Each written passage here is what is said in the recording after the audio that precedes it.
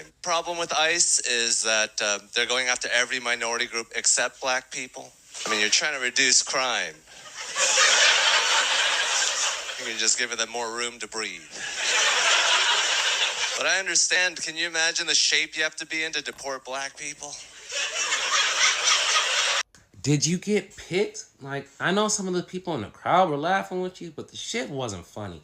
And knowing how uneducated people are in America, especially about black Americans, you can't convince me that some of the people that were voting against their best interests were doing that so that black Americans could potentially be terrorized by ICE. Like, I remember the rhetoric in February and January of last year. Then they were like, oh, ICE isn't going to come after us. We're citizens and we're naturalized citizens. They made an amendment to make sure that we have our rights. And that's when some of these people were like, wait, black Americans actually have rights? They treat them like shit, but they got rights? They got more rights than us. This is making me angry. Let's have the conversation that people love to sidestep. Because anti-blackness does not just come from white folks. And it for sure did not just appear out of nowhere. And if we're serious about solidarity, we have to trace where it actually started. Now, first thing, this is not about all Asian communities. That's lazy, and I am not lazy. But when we talk about patterns, we're talking about systems. And the system made sure that anti-blackness wasn't just exported, it was globalized. See, when European powers colonized Asia, they didn't just take the land, they also imported hierarchy. They pushed the idea that lighter skin meant civility, wealth, purity, and darker skin was poverty, backwardness, and danger. And that colonial script seeped deep, from India to the Philippines, all the way to Japan. Skin tone became the ladder, and whiteness was always at the top. If we fast forward to Asian immigration in the US, you arrive in a country that's already built on anti-blackness, already criminalizing black life. And what do politicians do? They dangle a deal. If you distance yourself from black people, we'll give you a seat closer to whiteness. And that's where the model minority myth comes in. It was never a compliment. It was always a weapon. The government used it in the 1960s to say, hey, look at these Asian immigrants. They work hard. They follow the rules. Why can't black folks do the same? And that's when it turns survival into separation. And here's the ugly truth. Some communities actually leaned into it, right? Because of your family's safety, your visa, your livelihood depends on being seen as the good immigrant, you'll play the role. You know, I am officially at my limit with Asian people who keep approaching black brothers and sisters to ask them the most ignorant, racist questions about the color of their skin. Take a look at this sister who addresses a Chinese man, I believe Chinese, in his language as he questions her about the color of her skin. 但是不算黑，不算太黑。不是，我是黑人，是不这个没关系。你可以说我是黑，没关系。这个黑可以改变，没有可不可以改变？不可以改变，黑不可以改变，怎么能改变？我是黑人，我就是这样出生的。哦，你爸妈也是在北京的？对，我爸妈两个人也是黑人。黑不可以改变，而且黑不是不好。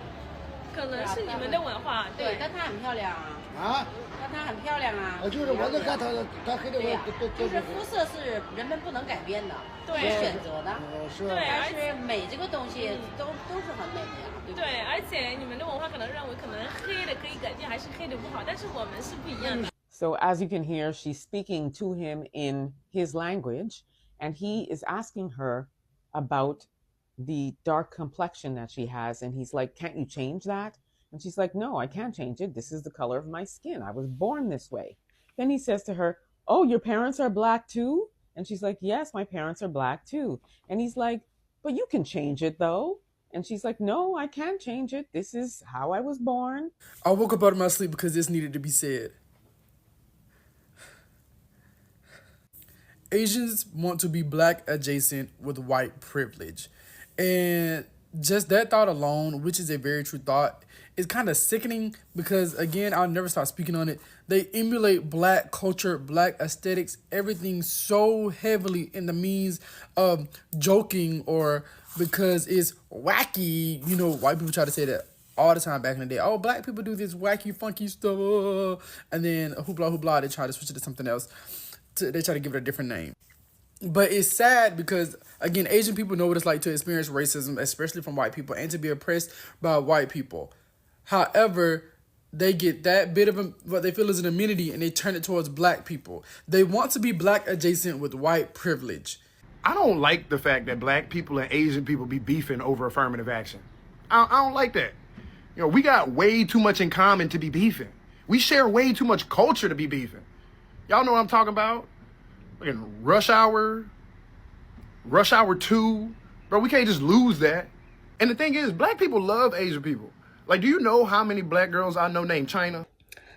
Hi everybody, I hope that you're all doing well today. So on today's episode, we are going to be focusing why there's a lot of rage between the Asian community and the Black African community. So ladies and gentlemen, most of the time when I talk about my video and I want to do a comparison, especially between two communities, we realize that the whole of these circus is brought about by the systemic racism.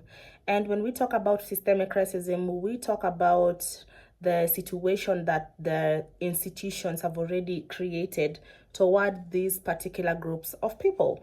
And I also feel like the history has hidden some truth about what Black communities are made of. Because if we could be learning these things in school, if we could really sit down and get to understand where the Black people are coming from in terms of the migration period, the slavery period, I don't think we will be having these talks over and over again. And why do we keep on insisting? It's because we also want the next generation that is coming into picture for them to be able to understand and get to know very well that this is the root and this is the cause of this. So most of the time you can remember, if you can remember the last elections that happened in the United States of America, the Asian community were used as a wedge of systemic racism. And now we are basing this on a model that the minority myth. Yeah, so basing it on the complexion side, because most Asian people, they have like the light skin, their white skin, and so on. That is so different with most people in Africa. So you'll find that for them to be able to be lured into that direction was to show them that when we leave this particular community alone, they're going to feel that they're minority and they're not going to have power towards it. So ladies and gentlemen, again, if you've examined in the Asian community, there's a lot of similarity with the African communities when it comes to culture and all that. For the Asian community, it is usually like a communal family. Yeah, it's like your neighbor is you're a keeper to your neighbor, you know, and that one also applies in most African communities. And this is why sometimes you experience a culture shock. Most of the white communities, you'll find that if you're visiting me right now and maybe I've prepared dinner and all that, and you didn't tell me you're coming, you weren't counted into that particular meal. That is an opposed to what the African community and the Asian community are made of. You find that these two group of people, when it comes to community, they're so communal and they have really, really strong values when it comes to, the people that you're relating to, your neighbors and all that. So the whole of this issue is being created by systemic racism. And I feel like the institutions have also hidden the truth about all this. This is something that I feel they could, or rather we could put it like, as a subject in the history books. And then everybody could be able to learn and get to know that these are people also, like, we could just coexist in an environment where we don't need to rub shoulders with each other. And if you've seen, there's this Asian comedian who created a joke about his fear is, his main worry, he was saying, as I quote, is why the ICE was not arresting the Black people. And to him, he was like, those are the criminals. They are the criminals. Why are you not arresting them? And that one brought like a lot of discussions on the internet. You both saw it.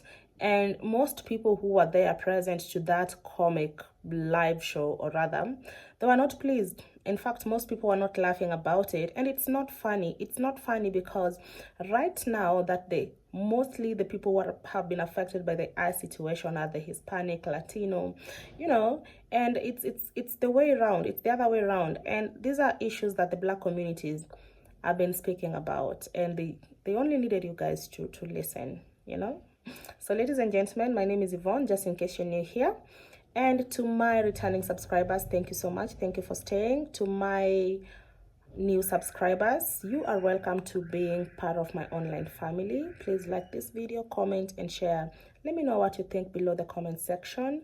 What you think about the systemic racism. Is it something that we can try and maybe just do away with it? And what are some of the measures that we can take